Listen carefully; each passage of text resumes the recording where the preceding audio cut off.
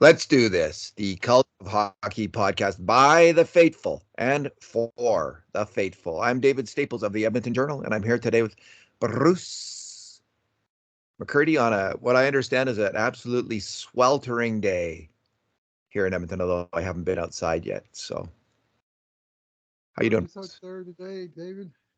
Yeah. Haven't been outside myself yet, but I'll be going out for my walk probably in the heat of the day now because I was late working on a project last night. Yeah. I'll be going out late to do the stairs. Yesterday I was doing the stairs in Willowdale, which are the toughest stairs in Edmonton in the River Valley. Edmonton's River Valley is a deep valley. It's lined by stairs, and lots of people use them for exercises, including me. And it was a great thing to do during the pandemic, especially because everything else was closed, including the stairs. Actually, you weren't supposed to go, so I would go late at night when no one else was there. Anyway, I saw Kelly Bookberger there doing the stairs, Bruce. Oh yeah, He looked like he was ready to go into the Roman Colosseum and kill Maximus. I mean, I didn't recognize him at first, and I thought, is that like an NHL player? That guy is it fit, was. unbelievable.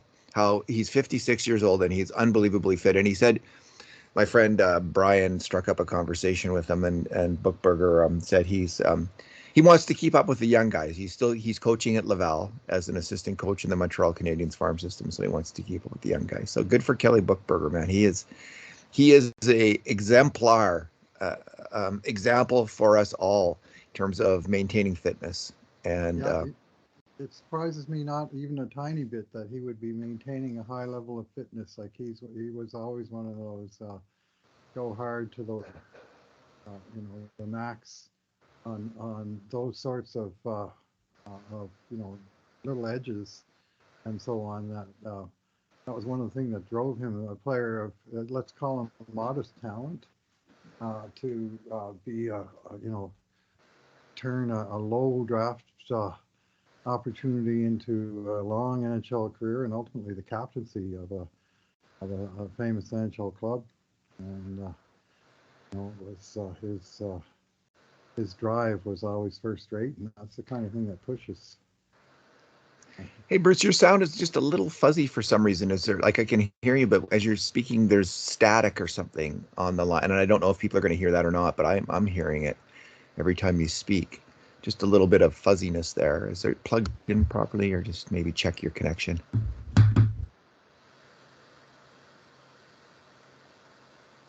See if that works.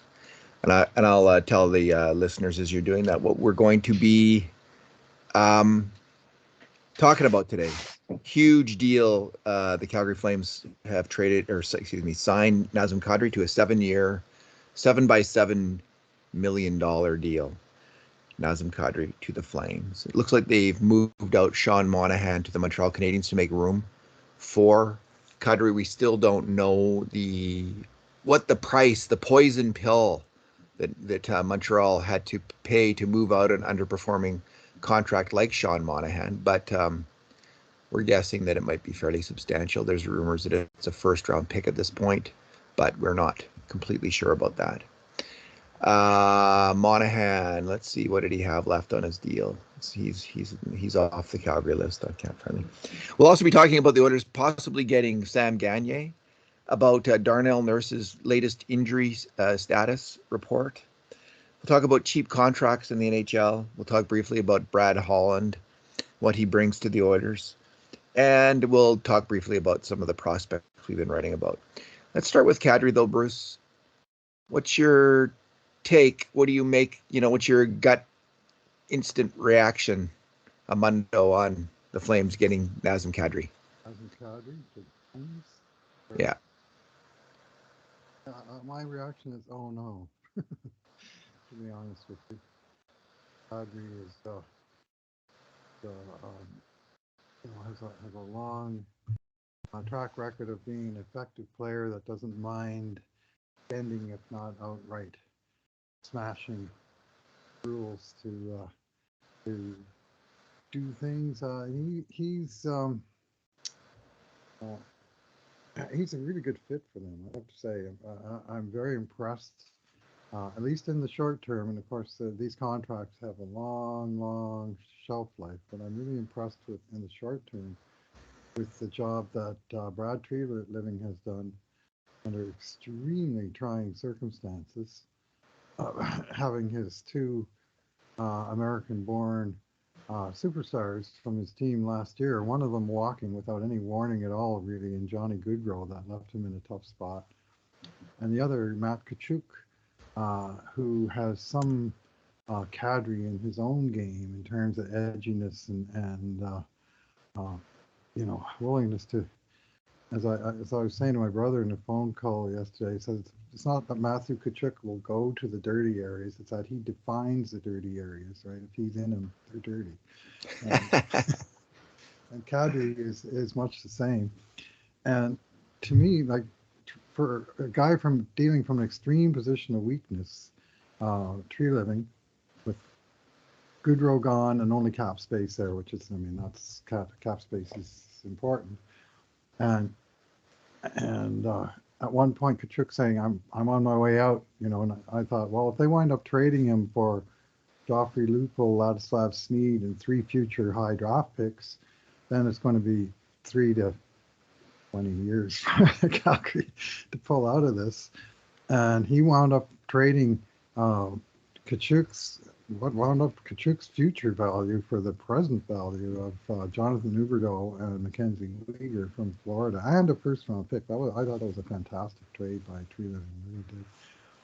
And he wound up, Huberdeau doesn't replace Tkachuk, but he replaced this Gaudreau almost perfectly. Like, they're very similar. Their stats are very similar for years. They both tied for second behind McDavid, I'll add, in the scoring race last year, 115 points each. And really, they should carry on from the loss of Gaudreau without much of a hiccup, because Huberdeau is pretty much that player. In fact, I noticed that Calgary gave Huberdeau the identical contract that they reportedly offered to Johnny Gaudreau, 8 years times 10.5. But that still left a massive hole where Tkachuk had been.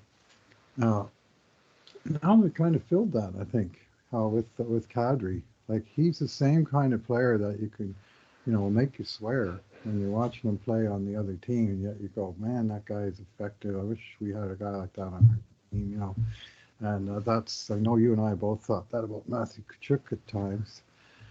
And Kadri is, but I'll tell you, David, 2 of the times I've been the maddest in watching regular season hockey in the last 10 years was when, both in overtime, one when Nazem Kadri hauled down Ryan Nugent-Hopkins in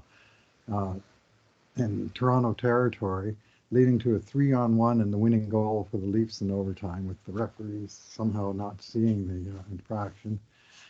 And then the other was this past season, also in overtime, in Colorado this time, where Nazem Kadri got into a physical battle with Darnell Nurse and somehow managed to pull Nurse's helmet right off his head, forcing Nurse off the ice, while Colorado comes surging back on a 2-on-1, scores the winning goal that time. Both times I was just fuming mad that they got away with, a clear infraction to my eyes. And I in the light of 10 years of distance from the first one of those, I'm still mad. Like, that was brutal.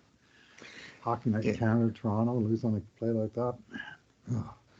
So, I mean, Kadri has that capability of A, being effective, B, getting away with all kinds of crap, and C, getting in your face all the time. And I'll tell you this, the personal rivalry between Nazem Kadri and Evander Kane is going to be intense. But Indeed. The Oilers do have a player like that, in that sense. So. Yeah. The one difference between Kadri and Tkachuk, see, Kachuk's 24. Yeah. Oh, yeah. And Kadri is going to be 32 this year. So you've highlighted, and I don't disagree with anything you've said about it, the impact on the Flames. And, I would add to that, they brought in, well, you mentioned Mackenzie Weegar. I thought that the Flames' real weakness last year in the playoffs, well, there was a lot of weaknesses, but I thought defensively they just couldn't stop the Oilers. And I felt they really, really, really missed Mark Giordano. And they didn't have anyone capable of shutting down McDavid. Now, I don't know about Mackenzie Weegar. I haven't seen him play enough to know. But we've seen McDavid have trouble with fast, puck-moving, quick defensemen like Josh Morrissey, McCarr, and Taves in Colorado this year. So Weegar could be the kind of defenseman, not the big Bobby Clobber type, but the fast, smart, defensively responsible defenseman who could pose trouble for Connor McDavid, and I don't know the answer to that. I'm going to take the downside or the positive side for Edmonton on this trade, though. First of all, the Avs didn't get Kadri on a short-term deal, and my main worry in this whole Kadri thing was that Kadri was going to sign like a 1-year or 2-year deal at a major discount to play with Colorado, giving that team this is the Oilers' Stanley Cup window. These next 3 years, Draisaitl's last 3 years on his great deal, which we're going to get to in a little bit. This is it, Bruce. The Oilers in these 3 years, I think, if they're going to keep this team together, if they're going to re-sign McDavid and Draisaitl, I think they got to win a cup in the next 3 years. So if Kadri had signed, I won't say that as an absolute. They could still sign those two players without winning a cup, but I just think it will really help. Honestly, it'll really, really help if they win a cup in terms of convincing these two guys to stay in Edmonton.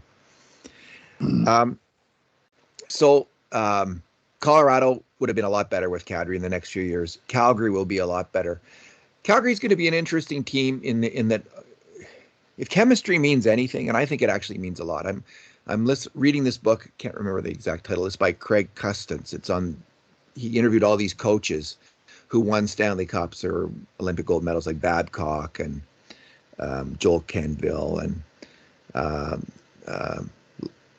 what's his name? Laviolette? Not Laviolette. He didn't interview Laviolette. What's that? Oh, Tortorella, Claude Julien.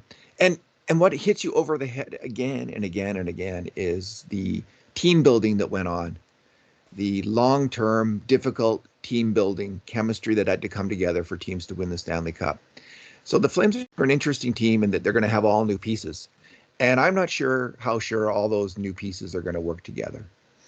I think that's a real unknown, and I think it's a big issue. I think it's a bigger issue than people think. This is like an ultimate kind of fantasy team. Like you lose two players, and who do you replace them with? You bring in these exciting players. Might not work out like everybody thinks. We'll see. We'll see about that.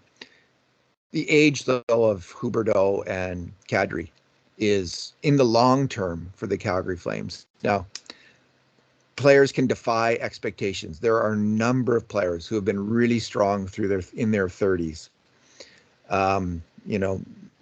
Putting up great scoring numbers, very effective two-way hockey players in their 30s.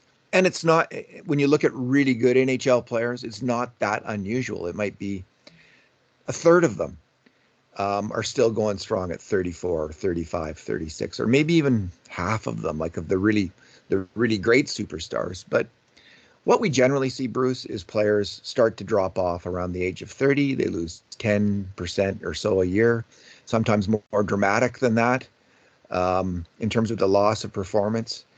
And they get injured and they get banged up and they can't go. So the Flames have made this massive risky bet. I just think there's always huge risk. I mean, Oscar Klefbom was signed in his 20s and there was huge risk of a player getting injured on a long-term deal. These two deals, $10.5 million per year for 8 years for Huberdeau, 7.7 for Kadri. Kadri looks like he's going to be 38 or 39 in the last year of the deal. Huberdeau 30, 37, 38. Man alive, Bruce. These deals present huge risk to the Flames. Yes. And if people think I'm making too much of this, I just looked at the buyout, cap-friendly buyout calculator for the last 5 years. Here's players on the day they were signed.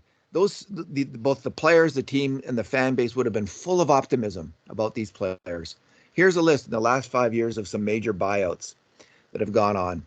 Franz Nielsen, Brett Connolly, and the Oilers wanted Brett Connolly. Everyone was excited about Brett Connolly. Martin Jones, James Neal in Calgary, Zach Parise, Ryan Suter, Corey Schneider, Kyle Turris, Justin Abdelkader, Bobby Ryan, Kevin Shattenkirk, Andre Sekera, Corey Perry, Troy Brower, Mike Camilleri, Benoit Pouliot, Scott Hartnell, Dan Girardi. It is not, and this doesn't even cover players who haven't been bought out, like Andrew Ladd and Kyle Okposo and Milan Lucic, who haven't covered the bet of their deals, but haven't been bought out for one reason or another. It is an extremely, extremely risky move to sign players to long-term contracts, to these 7-8 year deals. And that risk is greatly exacerbated when you sign them into their 30s and especially their late 30s. So good luck to Calgary on that. The chances of both of them covering the bet is like 5%. I'm going to say 10%. The chances of one of them doing it is probably 20-30%, I'm guessing.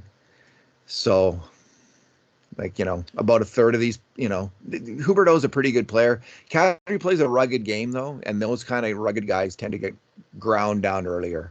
So that's my cautionary note on this for the Flames. I mean, everybody's well aware of this. And Jim Matheson's right now on Twitter saying, like, the job of the NHL GM is to win now. Like, forget all this stuff about down the road. And I actually don't agree with that. It's the job of the NHL GM. Yeah, when you have a chance to win, you go for it. But you also must keep an eye on the future of the team. You're letting down the fan base and the owner if you do not. So I don't really agree. It's all about winning now. It's certainly a big part of it, but you can't blow your brains out on this thing. I'm not suggesting Calgary has, but they're getting close. Well, here's the sad fact, David, of the, I think, 18 names you just listed. 3 of those buyouts were precipitated by the Edmonton Oilers. Yes. Yeah, Sekera and Neal. And they finally got the Pouliot, the lingering dead cap of Pouliot off the books, but the other 2 remain, and that's a killer too. We want to talk about hurting your team long term. I mean, it's just the offshoot of what you're saying about buyouts. Those cap hits linger for a very long time because the term is doubled at the point of the cap hit, so it takes a long time to get away from a mistake like that. I'm more on the path of, what have they done right now? I mean, my concern as a fan is what's going to happen next year, and the Calgary Flames have gone from a first place team that looked like things might be coming apart at the seam to a team that has re-engineered. But has done a pretty good job of filling those 2 holes. I mean, Huberdeau, of the 2011 draft, Huberdeau and Gaudreau were both picked in that draft, and they are actually the 2nd and 3rd highest scorers of that draft, with only Nikita Kucherov barely ahead of the 2 of them, like 616, 613, 609. Like, it's a real, you could throw a blanket over them. Both Huberdeau and Gaudreau scored their 500th point last year and their 600th point. You don't often see that, and it's kind of when you're tracking milestones. Guys hit 2 majors in 1 year, but they both had 115 point seasons. So to me, that's a wash. And I agree. I'd rather have Huberdeau. They're hugely going to miss Tkachuk, and Florida, obviously, he was a massive target for them, given the price they were prepared to pay, and given the contract that they immediately gave him, which bought a lot of RFA years, and it was still 8 times 9.5, I think it was. And so Kadri is, he replaces a lot of what Tkachuk brought. And the wild card for me is Uyghur that they just brought in the first pairing defenseman off the President's Trophy winning team. This is a real player. Yeah. And 22-23, the 3 guys, Huberdeau and Uyghur and Kadri, the combined cap hit for the 3 of them is only around $16 million.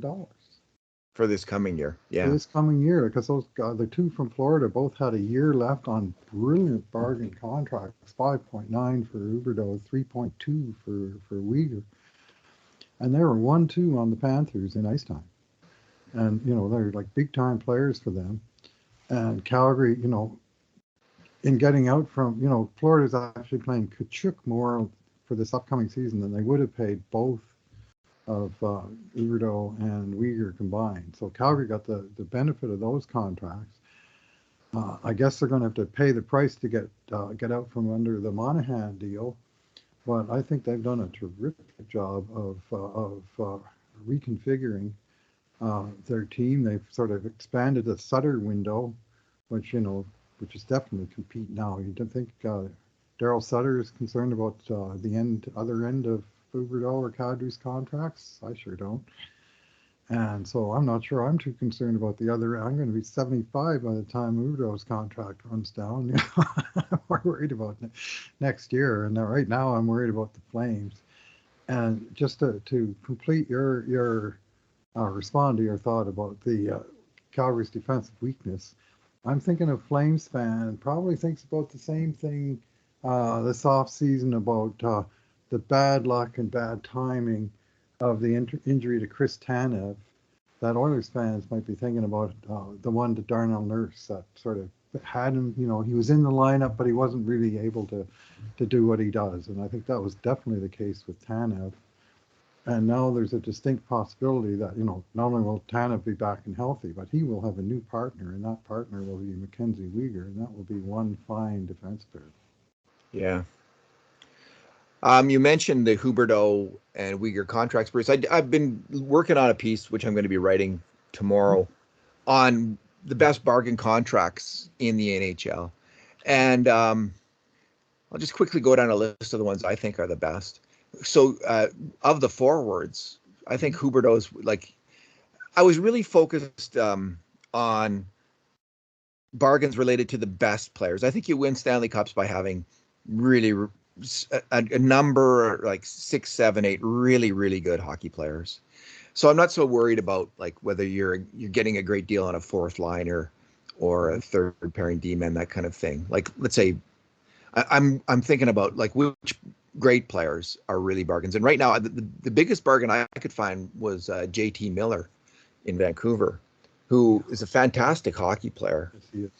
And he's earning $5.3 million this coming season. So he represented probably the best for a forward. And then Nathan McKinnon, who gets $6.3 million, Bruce, next year, and is obviously one of the best players in the world.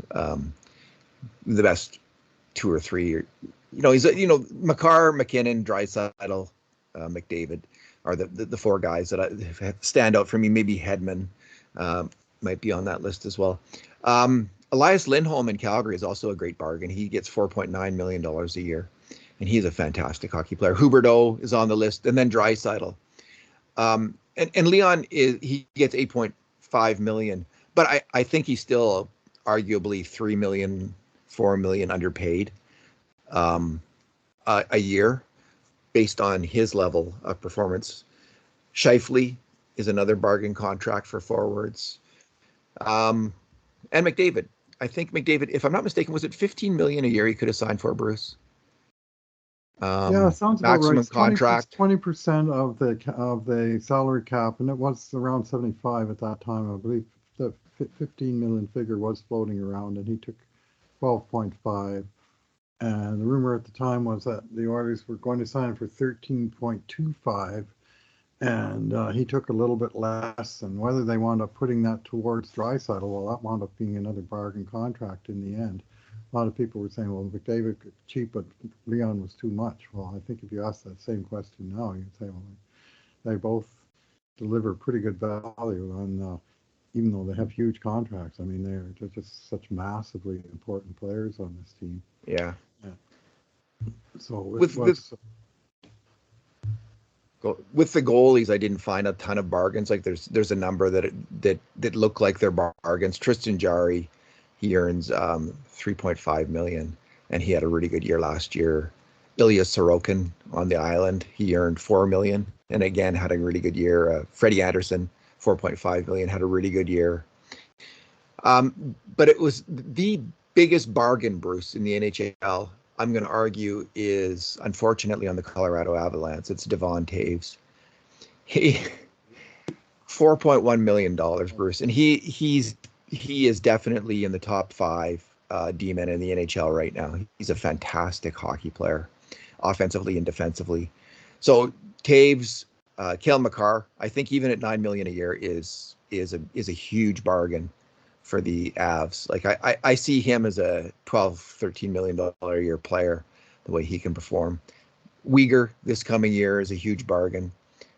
Damon Severson of the New Jersey Devils has become quite a good hockey player, and he only earns $4.2 million. Brent Pesce and Jacob Slavin of the Hurricanes are both underpaid, I think, compared to their value. Pesce earns just $4 million a year, and Slavin $5.3 million a year.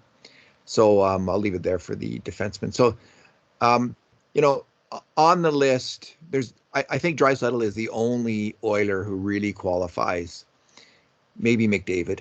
If it was 15 million, I think, you know, whatever it was, McDavid could have got paid the maximum, and you could make an argument he was worth it.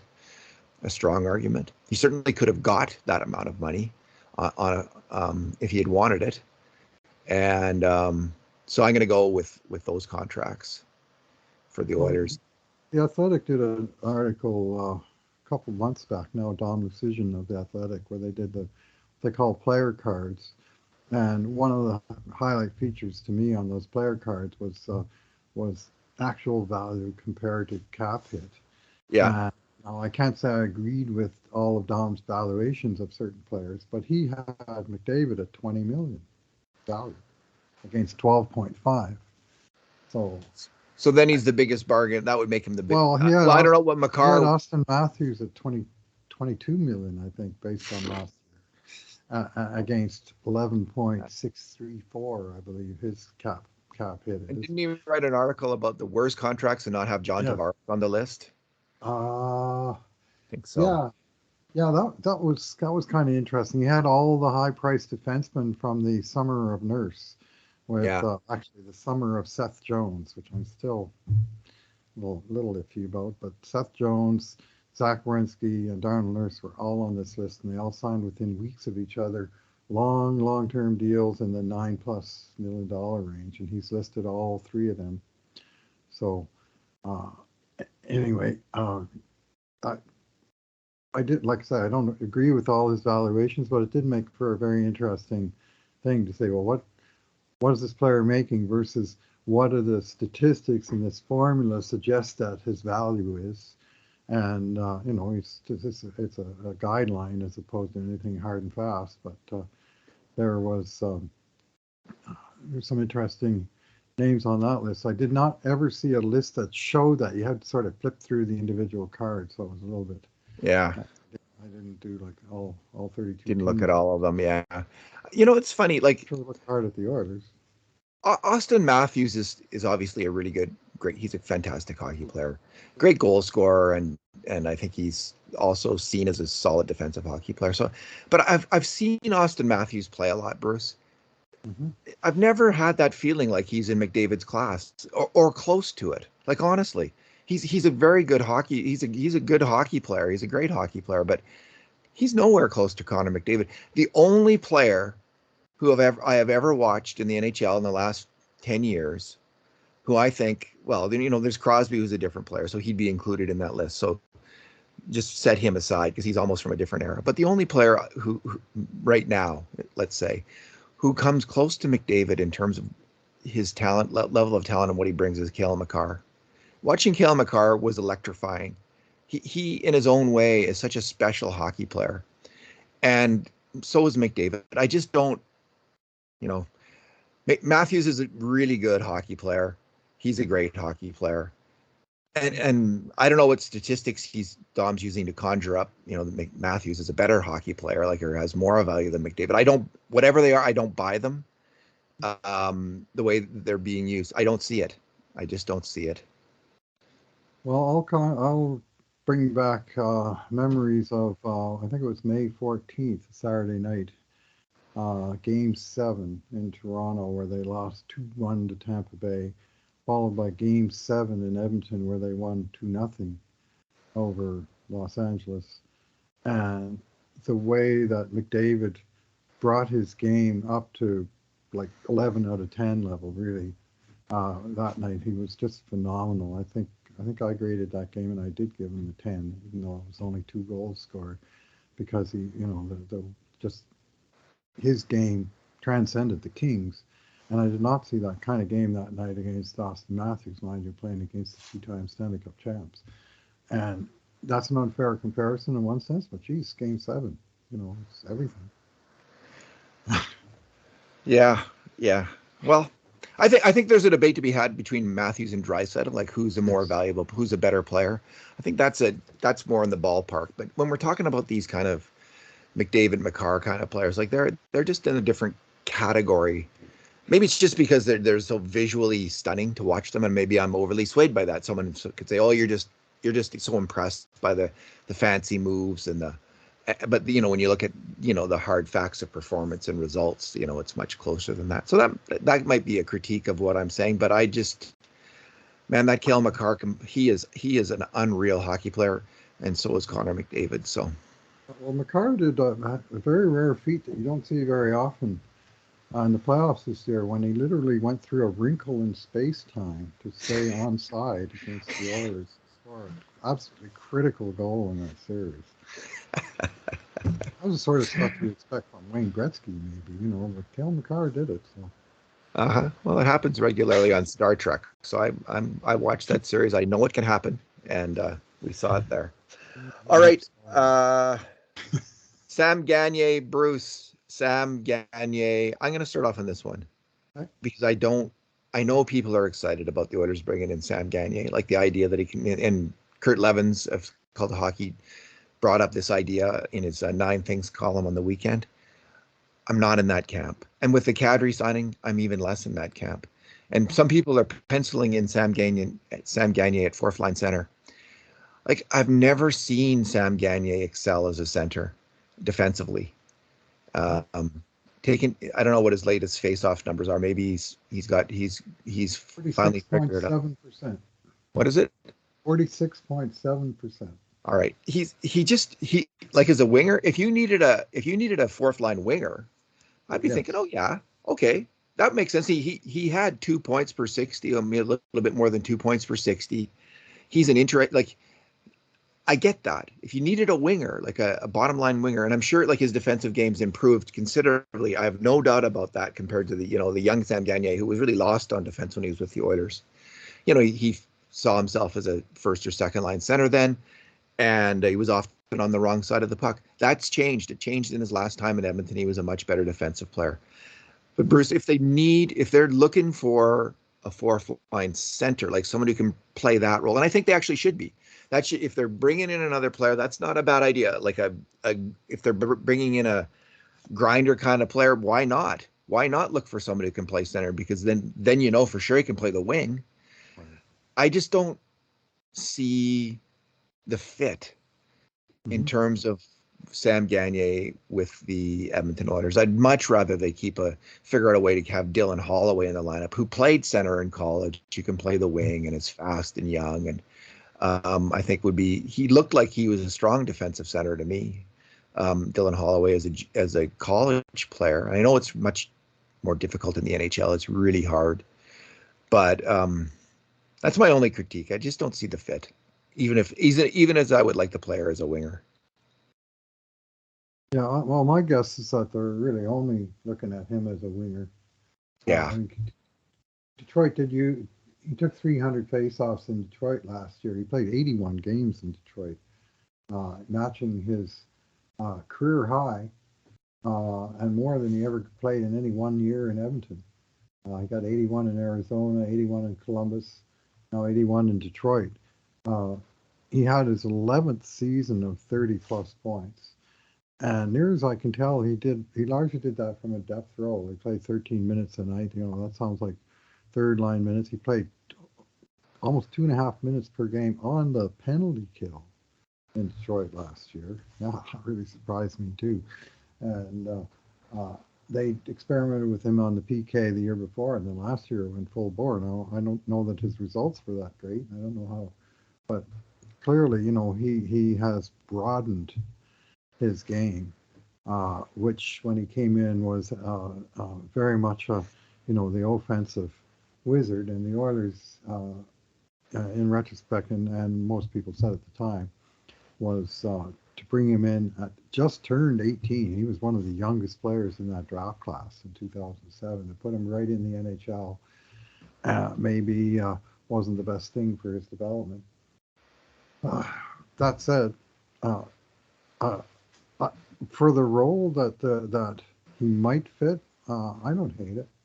A depth guy that can actually put the puck in the net. I mean, if you think of him in terms of this is a guy who goes on the roster who's replacing Kyle Turris, but he's going to do it at half the money, play twice as many games, and score 4 times as many points.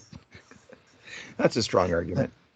Then I don't mind it. The fact that he can take face-offs, he's a right-handed stick. If he does strictly strong side face-offs and plays on the line with somebody who takes the left side dots and he takes the right side dots, he might at least be able to hold his own in that function. It's an interesting idea. Of course, he's been here twice now, and unfortunately, the trade that sent him away from Edmonton the second time, just before the playoff run of 2020, well, just that deadline of 2020, the playoff run was actually 6 months later after COVID, but that trade where they sent him to get his cap hit out to make room for Andreas Athanasiou's cap hit, and then, we'll send 2 second-round draft choices to Detroit, which just I'll add a little sting in your day, David. That 2 second-round draft picks was basically identical to the price Colorado paid the following fall to get Devin Taves. So many problems would he have solved from Islanders. And the Oilers got 9 games out of Athanasiou. Yes, stuff went sideways. He got hurt. COVID hit. The cap changed, and all of a sudden his qualifying offer was too steep. I think they made the right decision to move on from him, but that was the right decision, was to swallow the bullet on what proved to be a big mistake. But I also think that, that playoffs of 2020, Sam Gagner might have been more help to the Oilers than Athanasiou was. I think they missed him. I think he would have been. Yeah. So, and he wound up playing 126 games for Detroit with two cheap years, compared to the 9 games that the Oilers got for Athanasiou. And of course, we have no idea how many games those 2 second-round picks will play, but I'm going to bet you that a lot more of those games will be with Detroit than they will be with Edmonton. Now, we don't know, Bruce, what role Sam Gagner played on the PK and whether he was individually okay, but we do know that Detroit had the worst PK in the NHL last season. I'm going to research that more. I'm going to be writing 73.8%. I want to contextualize it, but he was on for a lot of goals against personally, and I think they all were. I just don't think they had a good situation there. Yeah. So anyway, like he's, on the plus side, there's a whole chemistry thing, which I was talking about earlier. Ken Holland may be thinking about that. He's thinking, we might have a situation where we need a 13th forward, he's thinking. And that player's going to have to go back and forth between Bakersfield and Edmonton, depending on cap situations. He's going to have to be able to play all forward positions to fit in when he is in Edmonton. And he's got to fit in on the team happily. He's got to be a positive person in the dressing room. He can't ever get down. He's got to be there. He's got to have mental toughness. He's got to be glad to be here, thrilled to be here. The players have to know him. He's got to fit in. So, man, that checks a lot of boxes with Sam Gagner right there. So that might be the main thinking. And again, that's solid thinking. There's something to be said for that, rather than, well, who's the player that you could get who would be the best possible in a fantasy NHL? Who's got the best points per 60 and the best this, that, and the other thing, and the best shot shares and the best this, that, and the other thing. But if that player doesn't fit in, it's a mess. It's a mess. He's not going to have good results in Edmonton. He's not going to put up good points per 60 numbers because he's not going to get that opportunity. So in that regard, Sam Gagner might be a very good pick.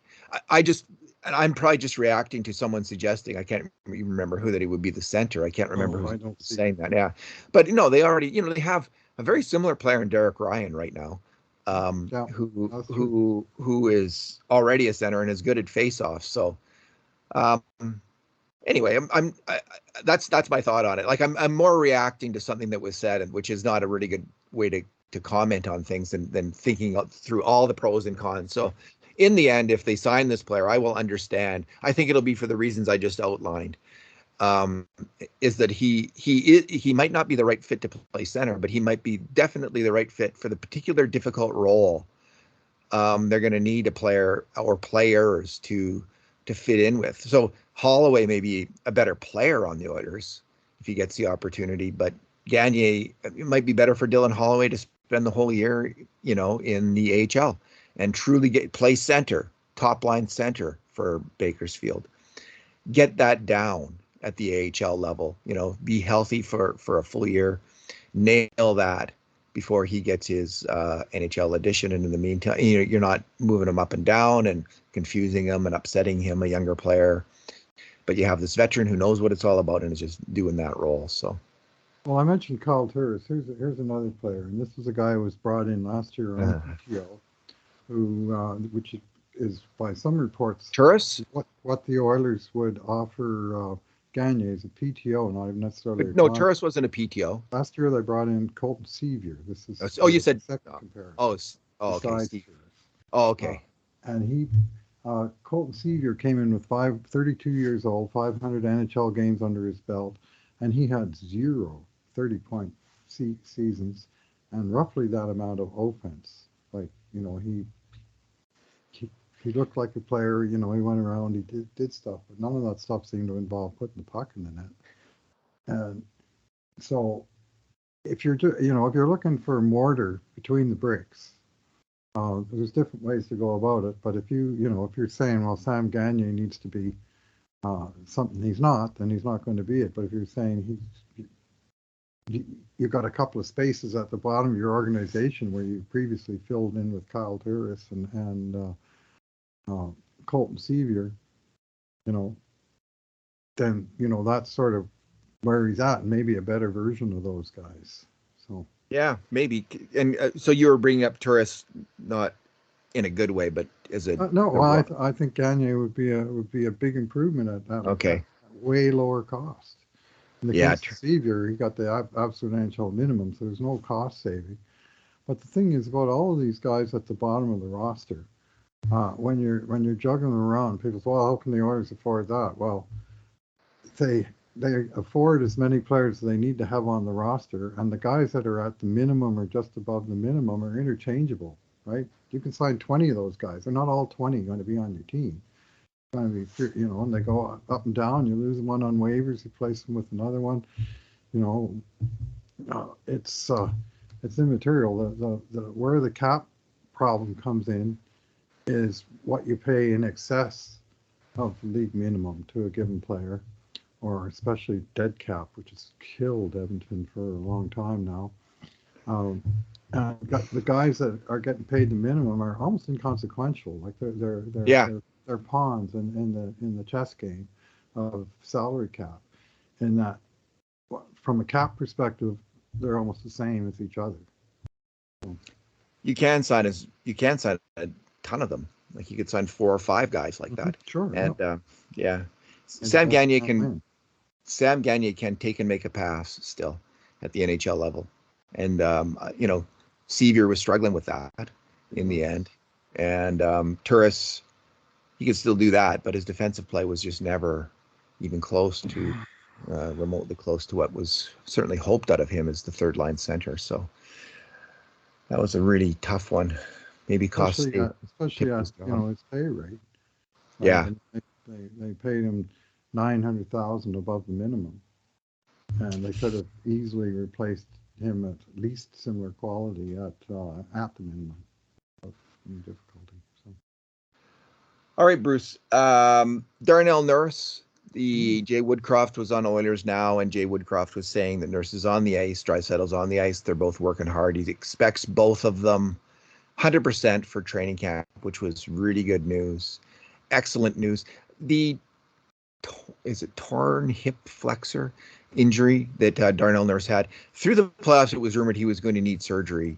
A number of insiders were saying that, and the talk was of a sports hernia. Just briefly looking up torn hip flexor. I guess it's highly unusual that surgery is necessary for that particular injury. It's great news that he doesn't need surgery, that Darnell Nurse is just recovering on his own, and sounds like Draisaitl is as well. And I think I've said this before on the podcast. I just wanted to reiterate. I was quite critical of how much I was thinking the Oilers might sit Nurse out. He was playing so poorly at one point in the playoffs, and even Draisaitl. But I just, in the end, their injuries were significant in the Oilers not being able to give the Avs a really good game. Absolutely critical in that those guys, they just were not quick enough to keep up with a very fast Avs team. And it was particularly difficult for Nurse on defense, where he just got exposed and exploited repeatedly. I've been reevaluating my critique of that. And I do think it was, in the end, important that they keep playing. And it's driven home by this book again on these great coaches that I'm reading.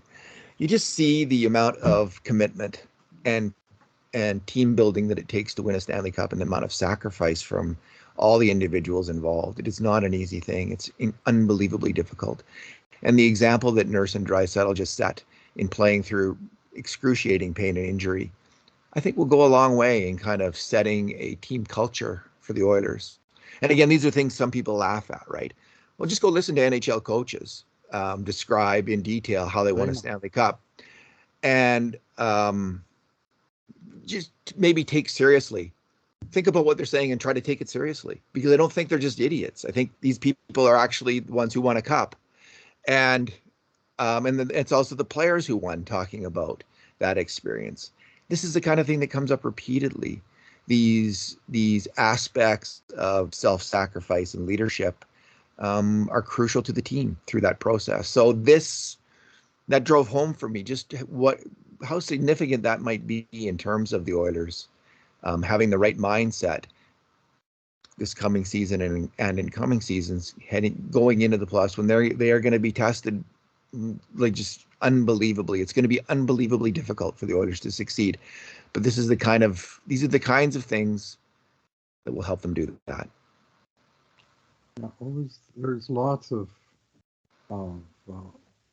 discussion, complaints about Nurse's contract. I mean, people have been complaining about his next contract for years.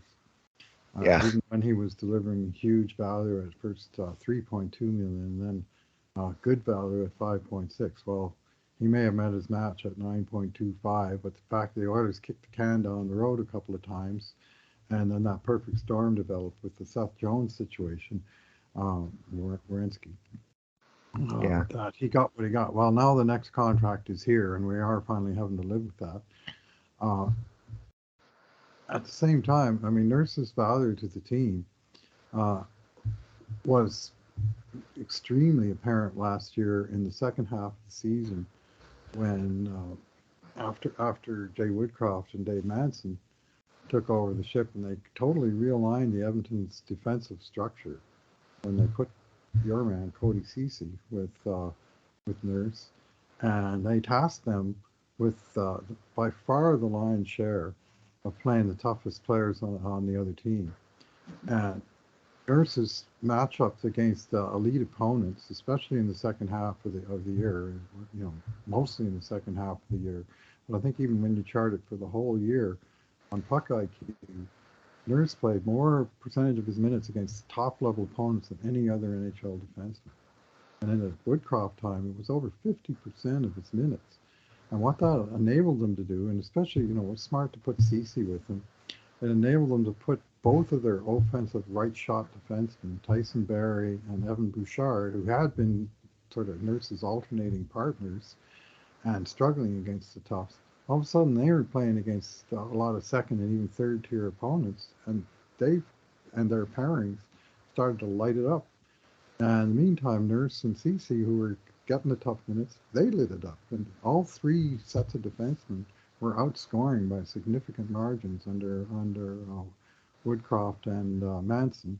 And to me, the key to that was Nurse and Ceci soaking up those tough minutes and succeeding in them. So there's, Nurse has his critics, and some of the criticisms are definitely valid.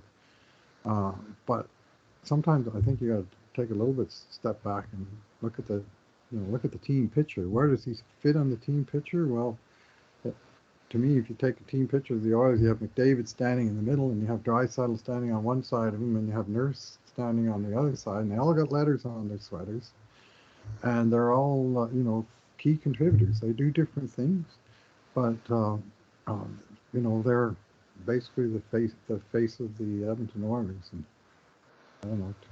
To me, they're easy guys to root for, frankly. But yeah, given his quality of competition, Bruce, given his time on ice in crucial situations, his productivity, which is pretty good on the attack, Nurse is clearly a top 10 defenseman. He's a number one defenseman in the NHL on his team, and he's in the top 10, I think, in the NHL, and he has been for a couple of years now. And if he can maintain that, that'll be, no one's going to be complaining about his contract. And there's a chance he will be. I think he's going to be 34 when the contract runs out. It's not unheard of for players to keep playing strong hockey until they're 34 years of age. He's not signing this when he's 31 or 32. Like, he's not Nazem Kadri. This isn't an 8-year deal going to a player who's 32. He's a younger guy, and I don't expect he'll be a number one, a top 10 NHL D-man when he is 33, 34, 35. That's sometimes happens, but it's usually with better players than Darnell Nurse starts out as. But there's the true superstars, which he is not. But he is a number one D-man by any standard, I think, and he's a good one. First, let's finish up by talking about some of the prospects. We're writing about the prospects, and we can kick it off, like segue from Nurse. I think the Oilers really started to have a focus under Craig McTavish. McTavish thought the team, I think, was too small, and he wanted some good big players. And in the 2 years he was running the draft, I think he was the GM these 2 years, they drafted Darnell Nurse and Leon Draisaitl back to back. That's Craig McTavish's rather significant, unbelievable contribution to the success of the Edmonton Oilers. And since that time, the Oilers have really focused. They've almost every draft, not everyone, but almost everyone, they've drafted what I refer to as they've added to the big Boyz Brigade. These huge defensemen. They're not all similar, but they're all really big. We're talking 6'3", 200-pounders at least. And we both, in our prospect series, we both wrote about one of them you wrote about Phil Kemp, and I wrote about Luka Munzenberger. And on the list right now, some of these big boys have not worked out for the Oilers. William Laugesson's gone, Ziet Paigan is gone, Philip Berryland's gone, but there's still a number of them who are in the system. So this includes 6'7", 230-pound Vincent Desharnais, 6'6", 190-pound Marcus Niemelainen, 6'3", 200-pound Dmitry Samarukov, 6'3", 200-pound Phil Kemp, 6'3", 195-pound Evan Bouchard, 6'5", 215-pound Michael Kesselring, 6'3", 200-pound Philip Broberry, 6'3", 200-pound Luka Munzenberger, and 6'3", 185 pounds, he's just 19 still, Maximus Wanner. It's a lot of players, Bruce. Now, the three of them are high draft picks. I mentioned Nurse, Bouchard, who have both made it already, and Broberry, who looks like he's going to make it. But if they can just get one or two of these guys to pan out as big, tough, depth players, and I think there's a good chance of that with this group of people, the way they're trending. So of that list, who would you pick? Well, let's just start with Kemp. What do you think of Kemp? I think he's close to reaching his level, to be honest with you, and I'm not sure that that he's got NHL game. He has a lot of very positive attributes. Philip Kemp, he's a very smart guy. Went to Yale. Been strongly touted for his leadership capabilities. He was the captain of the U.S. development team program, under 17, under 18, at a time that they had some pretty brilliant players in that group. And he's he's big. He's a right shot. There's a whole lot to like about him. I haven't seen him good as a skater. in particular, just some of the fine points, the crossover steps, uh, the ability to, first step in particular. And I have an idea that, I've seen a couple of plays where, he's been exposed by a faster, better skater. And I think at the NHL level, that can be just a huge weakness. I do, if he were to make it, surely the upside is as a third pairing D-man. But as you say, you have you take enough shots at this. I like the thrust of your post that they don't need them all to make it. They need one or two guys to beat the odds and make it, and fill out a defense core that already has some pretty strong players within it. And so to me, we had him ranked number 19, and we have not yet posted on some of these other guys for reasons that they're probably trending a little higher than him at this point. Yeah, so I wrote on Luka Munzenberger, and I was able to see him play 2 games, and he was really good against Switzerland. He plays a very aggressive, assertive game. He's up in their face. Then he tried the same against Finland, and he got burnt a couple times because the Finns if you're too aggressive, they punish you for it because they can pass that puck so well. So he's an interesting player. Like he has a reputation of being an absolutely ferocious hitter, which I like. I thought with Kemp that I would see more of that kind of super ruggedness, and I don't see that in his game. He's more of a smart player, Kemp, and I agree with your assessment. I think he and Wanner, who are the lowest rated prospects of the ones I've just mentioned, are the least likely to make it. And, Munzenberger, we have 17th overall, so he's got a chance. Right. But, compared to some of these other guys, I mean, Markus Niemelainen is obviously very close. He played already in the NHL. He's absolutely enormous. He skates really well, and he hits like a freight train. But can he move the puck well enough? Like even at the AHL level, he was one of the weaker puck movers. So that might give an edge to a player like Samorukov, for instance, over him this coming year. Desharnais, I haven't seen play that much. He's 26. He's the biggest of these players, but he had just a great year in the AHL. If you go by his plus minus and what everybody said of his play. So, these are players we're going to write about and dig in a little deeper. Desharnais, Niemelainen, and Samorukov, Kesselring in the days to come in this prospect series. But I just find it interesting that there's so many of them, and I like it. I like the strategy. I think it's a good idea. Like in terms of if these guys can skate well enough to hang in there and move the puck well enough, that could help you beat the Avs. Having a big shutdown third pairing kind of guy who can hang in there, that could be big. Who can, and I'm thinking Niemelainen here specifically. Like if he can figure it out, or Samorukov, if these guys can figure it out, that could be a pretty huge thing for the Edmonton Oilers. Yeah, well, figuring it out is the thing. And I mean, Wanner, I wrote about him as just outside our top 20, but pretty positively about how he trended over the course of his 19-year-old season. Yeah. He just seemed to get better and better based on the limited statistics that we had. He became more and more important to that team in his, actually 18 to 19-year-old season. He's still got another year left of junior hockey. And those guys, it's hard to project. Like you can look at them and say, well, most of these guys probably will top out at minor pro or, with a few cups of coffee at the NHL level.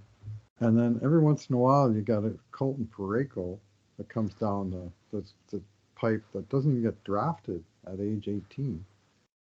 Yeah. Gets taken in mid rounds at age 19, and he's a nobody. And then all of a sudden, where'd they get that huge guy playing defense for them all over the ice? And you really hope you get one like that. But yeah, I think it's reasonable to expect that out of that list that was close to 10 guys, yeah, you're going to get one or two NHL caliber players out of it, and that's where redundancy is a good thing. You have a few of them, and you hope that one or probably best case, 2 of them pan out. Parayko 6'6", 230. Whew. Yeah.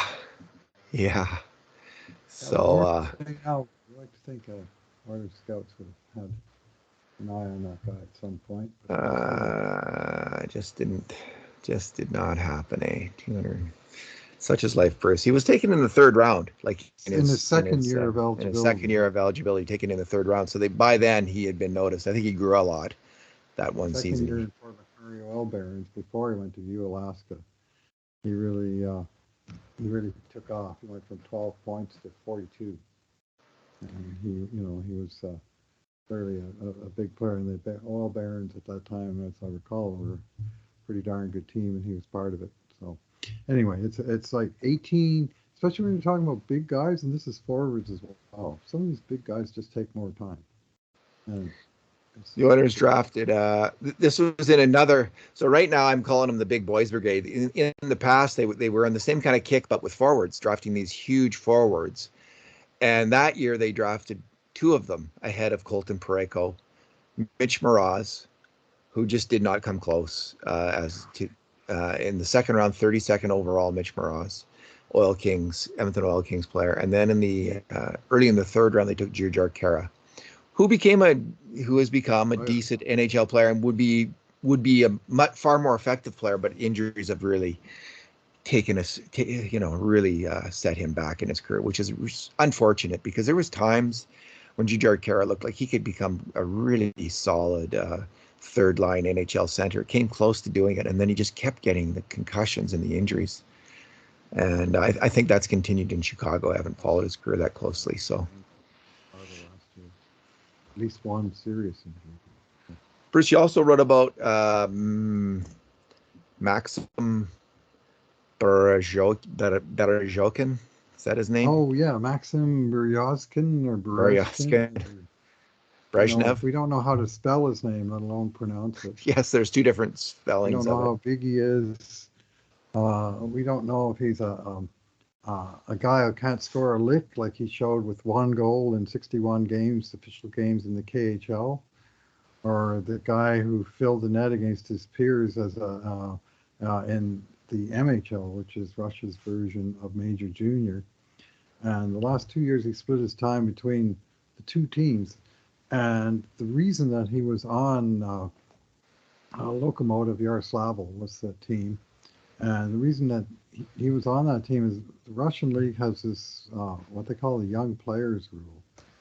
And that is, if you have a teenage player, junior eligible player, you can have create an extra roster spot for them. So you can carry the 21st or even 22nd player on game night if one of them is 20 or younger and one of them is 19 and younger. Well, he's gone through 2 years of being that guy on their roster in Lokomotiv.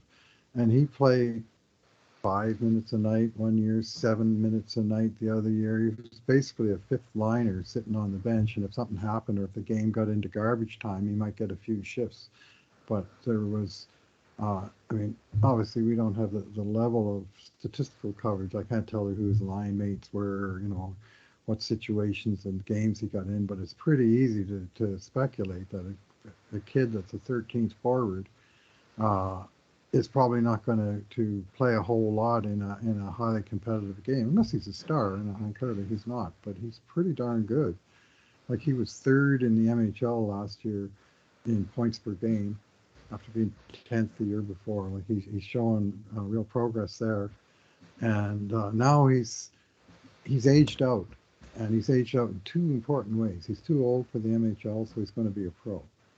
And he's too old for this young players role, so whatever he does, he's going to do it on merit. So if he makes Lokomotiv in the KHL, which obviously would be ideal, he's going to be on one of the 4 lines as opposed to being that guy throwing cobwebs on the bench.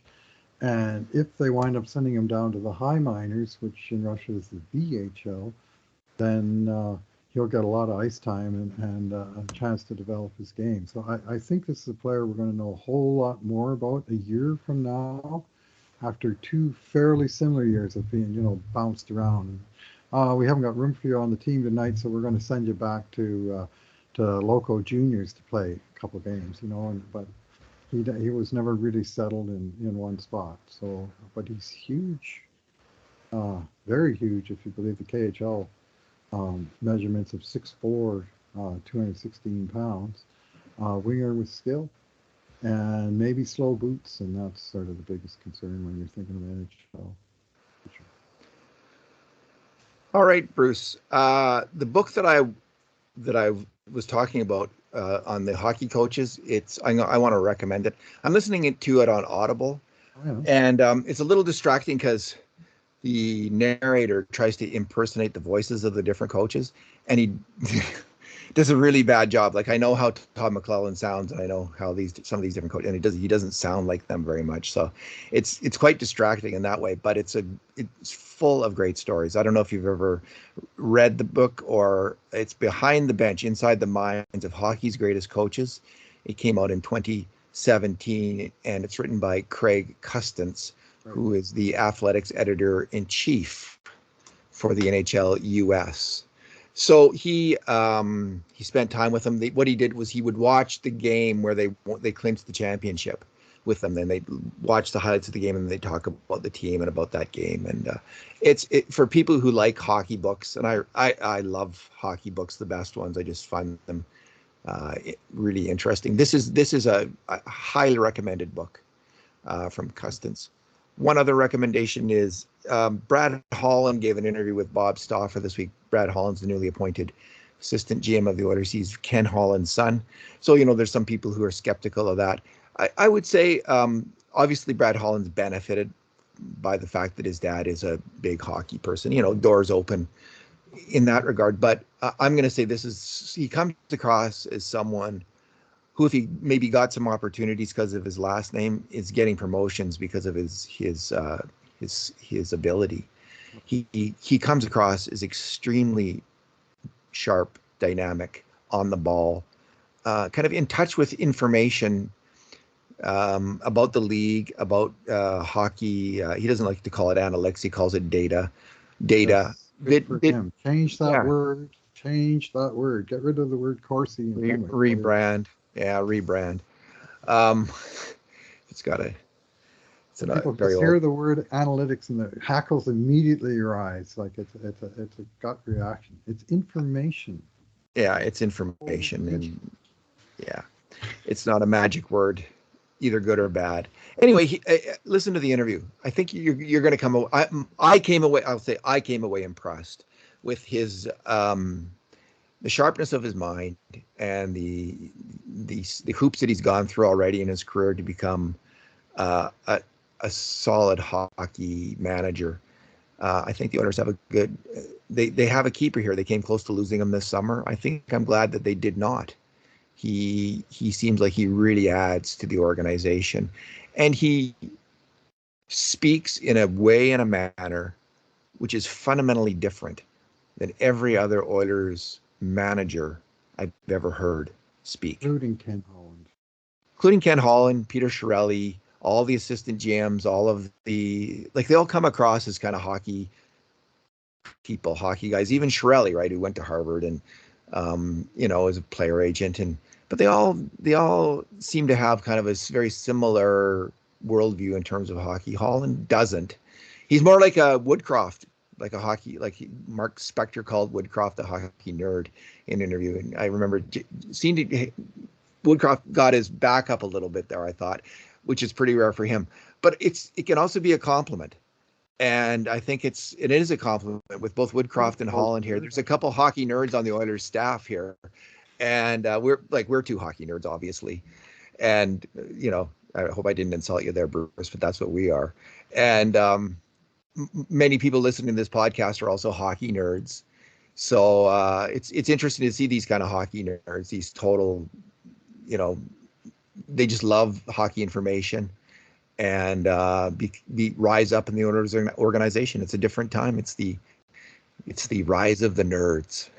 Maybe I'll write a post.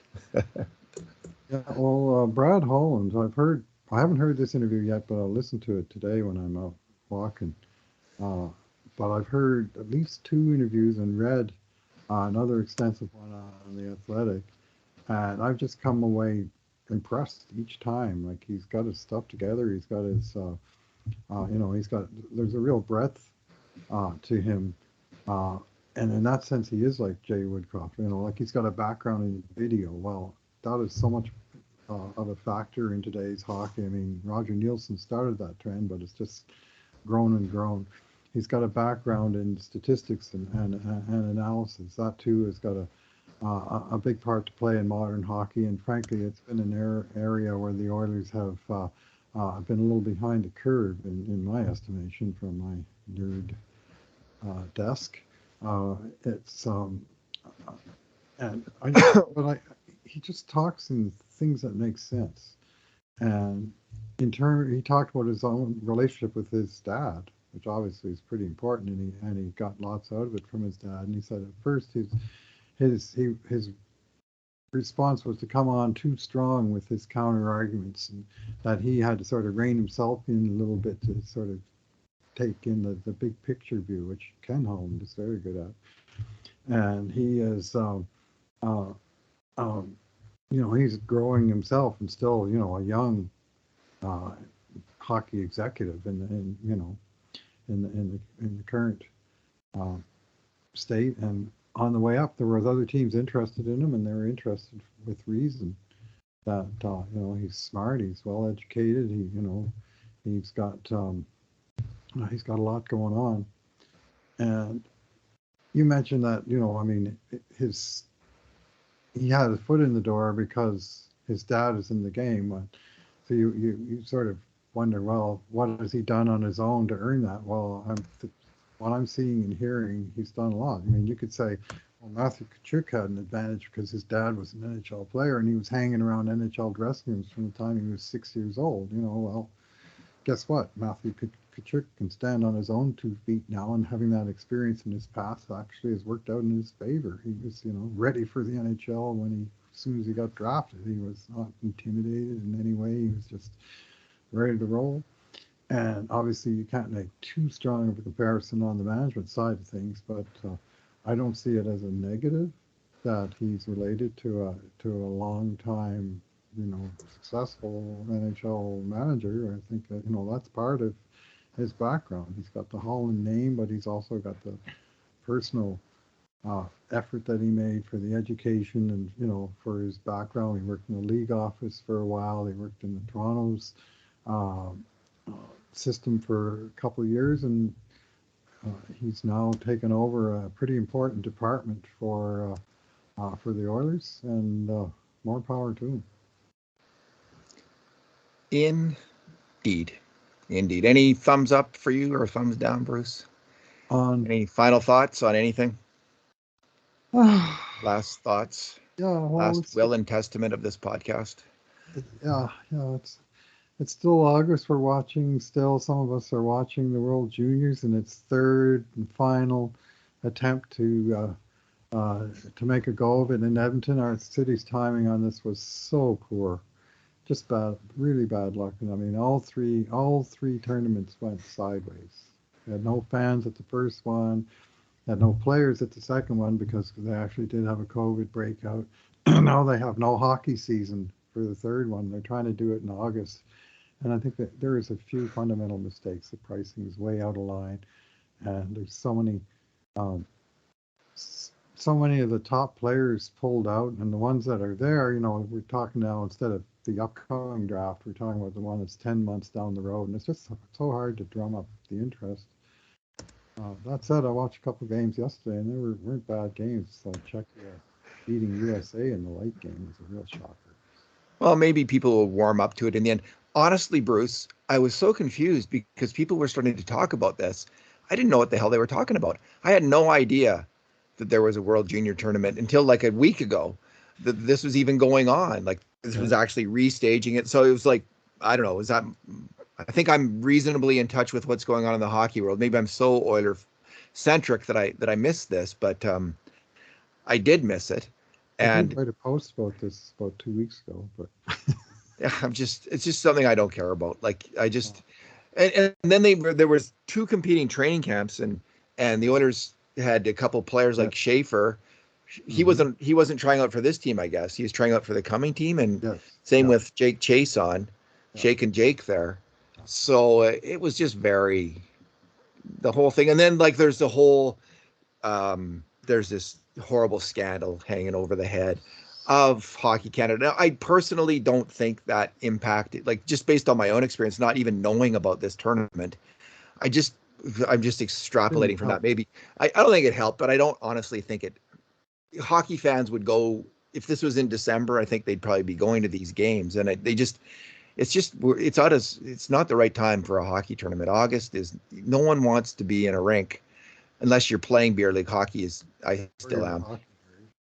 I went down to Red. I mean, we lost the tournament out of this too. The Linka Gretzky Cup that was supposed to be in Edmonton in 2018, 20, and 22. Well, the 18 tournament was great. And we saw previews of Philip Brobery, Dylan Holloway, a bunch of other sort of NHL class star players, Bowen Byram and Alexis Lafreniere and Lucas Raymond and on and on. 2020 got completely canceled. In 2022, because of this World Junior thing, they decided, no, we'll host that in Edmonton only, and we'll move the Linka Gretzky to Red Deer only. Well, I went to a Canada-Sweden game down there, and to me, that is August hockey. Like, that's the way things are designed. The World Junior, what's supposed to happen in August is either the summer showcase or this little camp, where they're sort of doing a pre-camp for next December's team, like they did with Schaefer and Chason and players of that ilk. But in the middle of that, they're having another camp with the actual team that they're trying to reconstituting, and it's just completely out of time and out of place. And so it's hard to get into it. And that said, I will be going to one game. I'm going to the bronze medal game with a friend of the blog, Original Pozar. Forward to meeting him in person finally after a few encounters on podcasts and so forth. So get to see one game and actually see somebody win a medal in the process. And but it's hard to really get immersed in it in August. It's not hockey season. I'm going to give a quick thumbs down to something else, Bruce. There was a tweet from a NDP MP out of Vancouver today, Benita Zarillo, which she has since deleted. So I'm just going to go from memory here. She was speculating about, do we really need indoor hockey arenas anymore? Like, climate change is such a big issue that we've got to think hard about this whole hockey thing. And my only comment is this: I personally believe we have a solution to climate change and nuclear power. And if the NDP wants my respect on climate change issues, they will focus on the solutions like nuclear power, which they currently have opposed for 20, 30 years now. Became a very trendy thing to oppose nuclear power based on a number of incidents, and it's a complicated history. But the idea of dealing with climate change by shutting down hockey arenas and kids hockey, and the ability of people to stay in shape, physically active in a time of when COVID's going to be an ongoing issue for people, coming from a party that opposes nuclear power, it made me pretty furious, like, honestly. So thumbs down to her. She's deleted her tweet since then. I'm not surprised, because I imagine the reaction was just like, what is going on? So. Okay, I'll make 2 points. One is that the tweet came from a person, not a party. And the second is I respect your decision to delete the tweet, because I'm in agreement that that's kind of a wrong-headed, maybe even knee-jerk response. Yeah, she is just a person. She is an MP. She's an elected MP, and she's speculating on this. So, come on. All right, Bruce. We usually don't venture into politics, but that was pretty on the nose when it came to hockey, and something that I play hockey all summer, and I heard, and I don't know if this is true, that the city of Edmonton has looked at shutting down more rinks in the summer because of climate change concerns. So I don't know if that's been debated or not. It's the kind of thing we will be debating in years to come. So that's my 2 cents today on the matter. All right, Bruce, thanks for talking. Thanks for listening, everyone. And in the meantime, and in between times, this has been another edition of the Cult of Hockey podcast.